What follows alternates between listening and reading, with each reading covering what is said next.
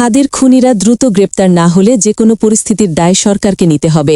ইনকিলাব মঞ্চ। কেন্দ্রীয় শহীদ মিনার আজ যেন আবার সাক্ষী হল ক্ষোভ, কান্না আর প্রতিবাদের। শহীদ ওসমান হাদির হত্যাকাণ্ডের বিচার দাবিতে উত্তাল হয়ে ওঠে শহীদ মিনার প্রাঙ্গণ।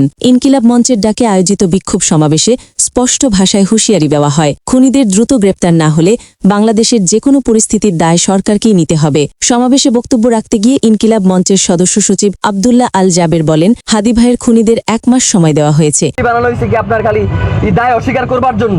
নির্বাচনের আগে বিচার নিশ্চিত করতে হবে, এরপর নির্বাচনের এই সময়ের মধ্যে গ্রেপ্তার ও বিচার না হলে শুধু অন্তর্বর্তী সরকার নয়, 5 আগস্টের পর দায়িত্ব নেওয়া সব রাজনৈতিক দল ও আইনশৃঙ্খলা বাহিনীকে এর দায় নিতে হবে।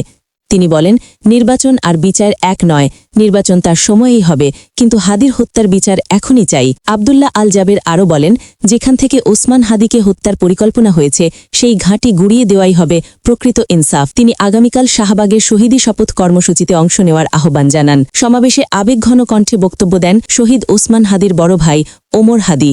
তিনি সরকারের প্রতি কঠোর বার্তা দিয়ে বলেন, খুনিরা দেশে থাকুক বা দেশের বাইরে, যেখানেই থাকুক তাদের 24 ঘণ্টার মধ্যে জনগণের সামনে হাজির করতে হবে। কোনো এজেন্সি, কোনো প্রলোভন দিয়ে জনগণের আন্দোলন থামানো যাবে না। সমাবেশে আরও বক্তব্য দেন ইনকিলাব মঞ্চের নেতৃবৃন্দ। এর আগে শাহবাগ থেকে শহীদ মিনার পর্যন্ত বিক্ষোভ মিছিলে অংশগ্রহণকারীরা আমার ভাই কবরে, খুনি কেন বাইরে সহ নানা স্লোগানে প্রাঙ্গণ মুখরিত করে তোলে। শহীদ মিনারের এই প্রতিবাদ শুধু একটি হত্যার বিচার চাওয়ার নয়, এটি ন্যায় বিচারের জন্য জনগণের আরেকটি জোরালো ঘোষণা।